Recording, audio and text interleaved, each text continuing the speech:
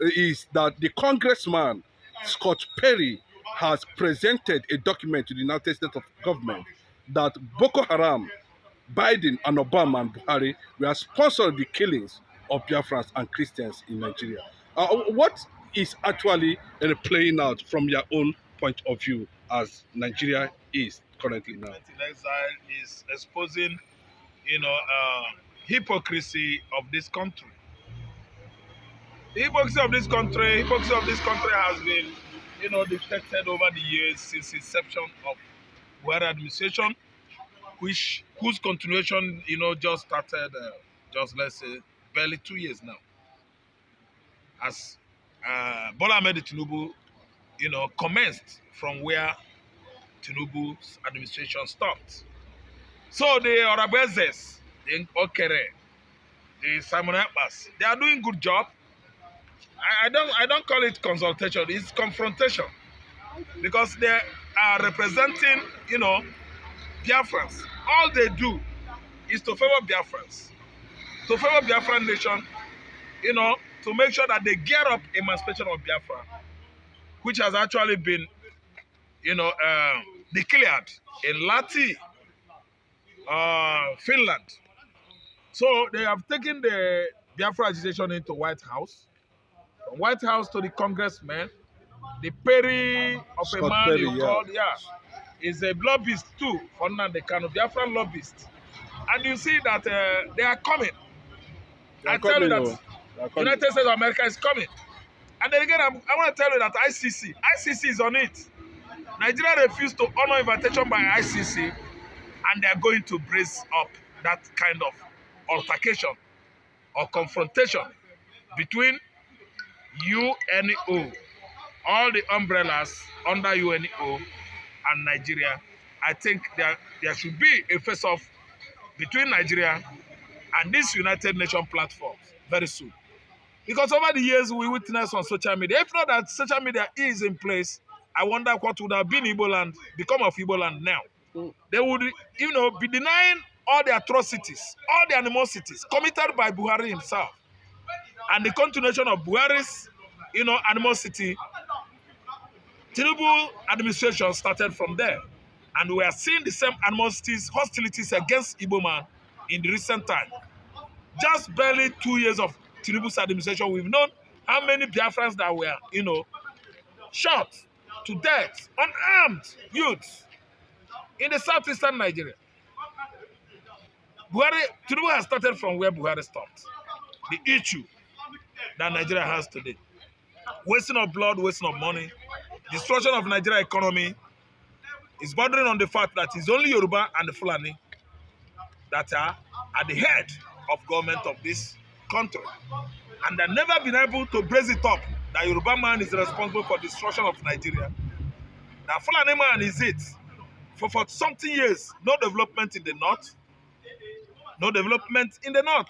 The Hausa youth, the Fulani youth, they are all Okada riders all over the country. And the highest achievement any one of these youths from the north could attain is rearing of animals in the bush. And that's why we've gotten ourselves in this mess. So what I'm trying to say is Biafra being subject or major team in the House of Congress, the credibility should be given to nnamdikanu, who actually worked with the GOP in 2019 to make sure that Trump come for the second time. But that hope was dashed when the Chinese, WHO come up with that virus they injected into the atmosphere in 2019. That's COVID-19. And because of the way America was devastated by COVID-19 pandemic, Donald Trump could not make it second time. And today we've seen how Democrats has messed the economy of the USA. The technology, the military might we know of America was down for 4 years. And today we've seen our man, Mr. Trumpet, back. And this time around, what he promised Biafra, I'm telling you that he's coming to fulfill it. And it's in place already because actually Donald Trump is going to fulfill his promise to Biafra. We must actually get there because White House is interested in what is going on in Igbo land. Not only White House, I can see House of Kremlin. At least giraffe in two. From Russia to BiAFRA land. That is Putin. Until the ego is let off the cage, I think we must actually get there. nnamdikanu must be free. Yes, like what your response to the issue of what is happening in Biafran land. Just few days ago, there was massive report of crisis reading by a form of religion that's tied to tradition, and of course, what the governor is trying to do, their sanitization, as some people will call it. What is actually your intake on Anambra situation under Soludo now? Soludo is just coming out with many security outfits, Aguna Chamber and Udogachi. Aguna Chamber. From that, we see how his planning masters, tutored him to eliminate Anambra youths, eliminate traditional worshippers, eliminate all the Bibias, native doctors in Igbo land, are now enemy of Charles Soludo. His native doctors are those native doctors the cause of infrastructural dilapidation in Anambra State. Dilapidation of those infrastructures or facilities, okay, caused by those Libya and traditional worshippers. Who is gunning after Libya native doctors, traditional rulers in Igbo land? Charles Soludo himself. Accusing them of, preparing voodoos for criminals. They are the one preparing voodoos for kidnappers. What kind of man is he? Voodoos, must government be interested in anything voodoo? Voodoo should not be a thing that government should give interest or enthusiasm, because it is a spiritual thing, non-existence. It's amounted to nothing. Voodoo, juju, to me, is nothing, rubbish. So Soludo has been, using the instruction by his Fulani masters, against Anambra youth. These are living over how many youths? 2 weeks now. I think in their hundreds. Unarmed youths. Tagging them kidnappers, tagging them criminals, tagging them. See, let me tell you, IPOB is not a criminal group. They keep on tagging IPOB terrorists. They keep on tagging IPOB kidnappers. There are hoodlums, miscreants in every region of Nigeria. It's not when kidnappers or abductors, are on loose, you will start accusing IPOB. What do you mean by IPOB? Every Igbo man is IPOB. I wonder the kind of stupidity people have just found themselves in. Very serious idiocy.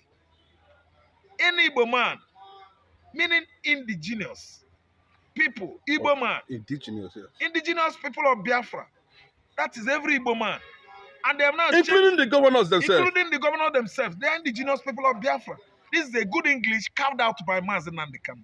And you are tagging somebody, you are IPOB. What do you mean?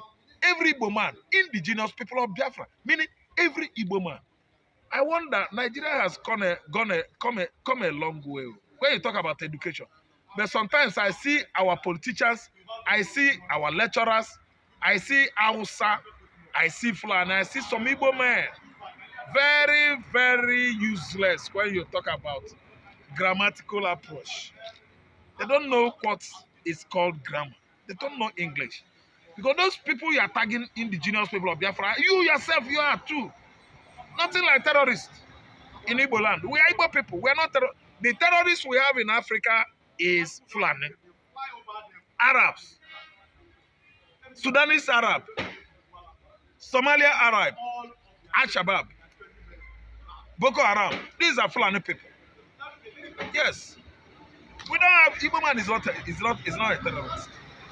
The Fulani man, the cattle rearers, I'm telling you that we are waiting until nnamdikanu comes. Yeah, yes. Finally, if Kanu comes out, ESN will become active. ESN, and they will stop Fulani invasion by all means. A northern coalition or group, whatever they call themselves, have said that anybody that is seeking for nnamdikanu's release, targeting Obi, is a terrorist. And people are asking, where is the genesis? How did Boko Haram terrorism, where did it actually start? You are calling Mazi Nnamdi Kanu a terrorist. Anyway, I know that these are aggrieved children of Cain. The origin of terrorism is from Middle East.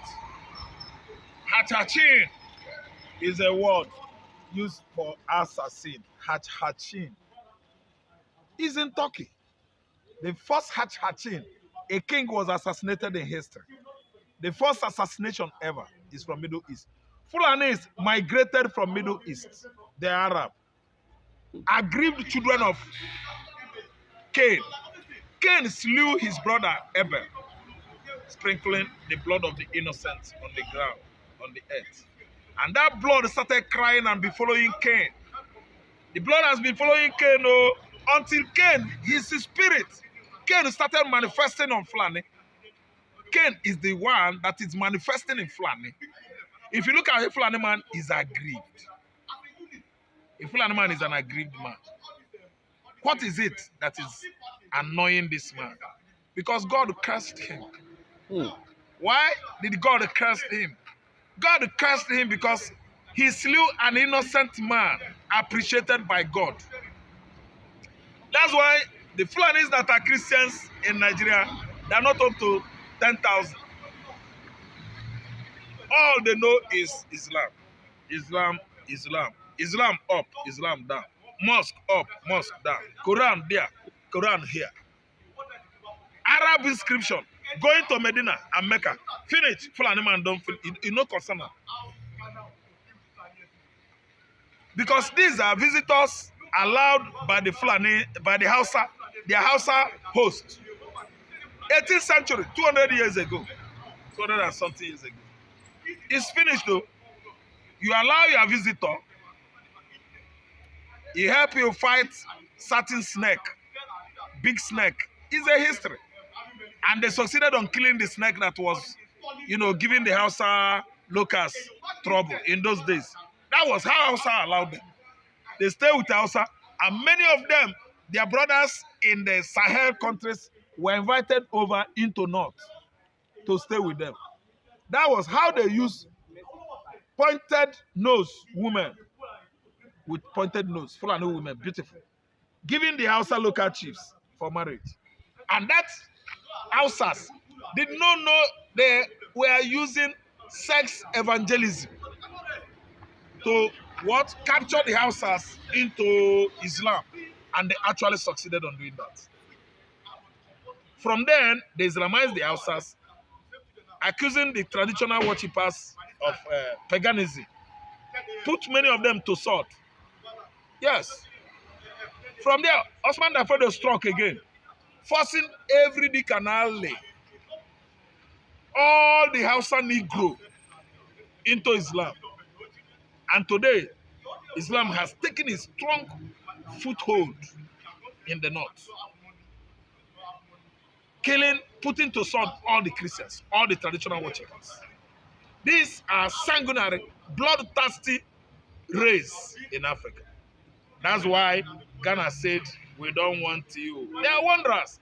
They don't have a permanent place. Wolof in Senegal, Wolof in Gambia, they are wanderers. They rear animals from place to place. These are Fulanis. They don't have a permanent place. Fulanis, some that dwell in the township, they visited. The one that dwell in the bush, they wander from place to place, grazing on people's land. As far as Angola to Congo, Bororo in Congo, Angola said, we don't want you. Fulani is not in Angola. Angola said, anything noise, early in the morning, evening, Allah, no, we don't want it. That's why they churn Fulani, they churn Islam in Angola, and Angola has become the biggest African economy today. Okay, thank you. For those, one more question before we go. Are you surprised? I know you are going to have a deep reservation to that, but it happened yesterday in the British government system where a judge declared asylum for all IPOB members all over the world. What is the British trying to do by saying that IPOB members are welcomed anywhere in the world? They are inciting. Britain is very, very sly and subtle. What I mean by slyness and subtlety is deception. They are very, very deceptive. We are not going to Britain to take asylum. No. Igbo man is not running away from Igbo land. We are not in a war situation. No. Britain is escalating war in Igbo land by themselves. This is what Mama Charlie envisaged for Igbo man. Mama Charlie is Queen Elizabeth. And Charlie has come. Giving us asylum for what? Who is running away from this contraption? Maybe any IPOB member anywhere in the world. Oga, Igbo land is for Igbo man. Igbo man is a sojourner. Anywhere he sojourns, he becomes great there and live there. Every December, he comes home. Igbo man sojourns in Jamaica. How? Through slavery. During slave trade.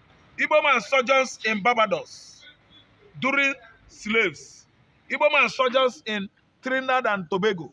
Igbo man sojourns in Haiti. Igbo man sojourns in the United States of America. We are not going to take asylum in Britain. Britain man katahana apa within the Fulani. Britain na apa nkata oha, vapacha nkata. Nkata megini ekudofa. They think say we be Mugu abi. British Mugu. Na Britain be Mugu. We not be Mugu. We are not going anywhere. Hapacha nkata ekudofa. IPOB is Igbo man. Indigenous people of Biafra. Instead of taking asylum in London, we are going to take asylum in Jerusalem. We don't have anything to do with people that are practicing witchcraft. The British man is a witch, witches and wizards. British man and woman, they started killing since 13, 14, 15 centuries. Witches and wizards, they set you ablaze. That was how Joan of Arc was burned to the stake unnecessarily. The woman wasn't a witch. They burned him to the stake and later canonize her. Joan of the Arc. She was later canonized because actually, after thorough investigation, they find out that that woman was innocent. Britain is into witchcraft, and they can never witch hunt Igbo. We are more than Britain. Thank you. I know how many years it took us to fight Britain. Britain fought us for how many years before they could prevail? During the era of colonization. Britain fought us for 60 good years, and they used Bible and Christianity to infiltrate the Igbos. So, witches and wizards, we are not going to take asylum in your country. We would rather take asylum in Israel. That is where our ancestry is traced to. Thank you. For that wonderful question, the answer of this great platform. First and foremost, I want to say, someone has come out to say, or has outlined countless times that he said that the Nigerian government cannot win Biafra with a barrel of gun for a second time. Now when he said that, see, Nigerian government cannot win Biafra with a barrel of gun, it means that nobody needs to die for them to exit Nigeria. Now, Ojogun fought Biafra in a different dimension. Now, nnamdikanu did it via his own dimension. So EPA is taking it globally. And now, we've seen world body recognize Biafra. We've seen the UN and then some other global body have come out to endorse the Biafra struggle. So kudos to him, it is a plus. Some persons have come out to say that Samonekpa should be discredited, the likes of Orabuez'S and that of the southeastern governors. But my question is that you said Samonekpa should not be taken serious. Then who should be taken serious? The government who who is not willing to protect our people? Is it the people who have refused to speak up when the Igbo man has been marginalized in the country? Is it the same governors who have become a tools in the hands of their Fulani master? So for you to even have a character like Samonepa and nnamdikanu to have come out to say enough is enough, that we are tired of this contraption called one Nigerians. It shows that these people have this mindset that see they can no longer be the slave. So for him to have even gone as far as to hire lobbyists that will speak on behalf of Biafra in the world sorry, in the UN summit, to me it's a plus, and that alone the voice of Biafrans will be heard globally, and the voice of an Igbo man is also being heard globally. Now let me take it back the line. When Southern Sudan and South Sudan wanted parted ways, nobody killed each other. Nobody go through the route of violence. It was done amicably. So Samonepa is doing it amicably for him to convince world leaders that this thing is possible, and why the government of the day, the present government of Nigeria, are not seeing it that way. Thank you. You can also to the government, to the Nigerian government, be worried about this. Why would they be worried? The same people have sent assassins to kill Samonepa. Now only he has escaped. So see, one thing about it is that the government of the day, they are panicking. There's panic. You know what it is now? So a particular tribe or a major tribe to exit your country. You know how an Igbo man is.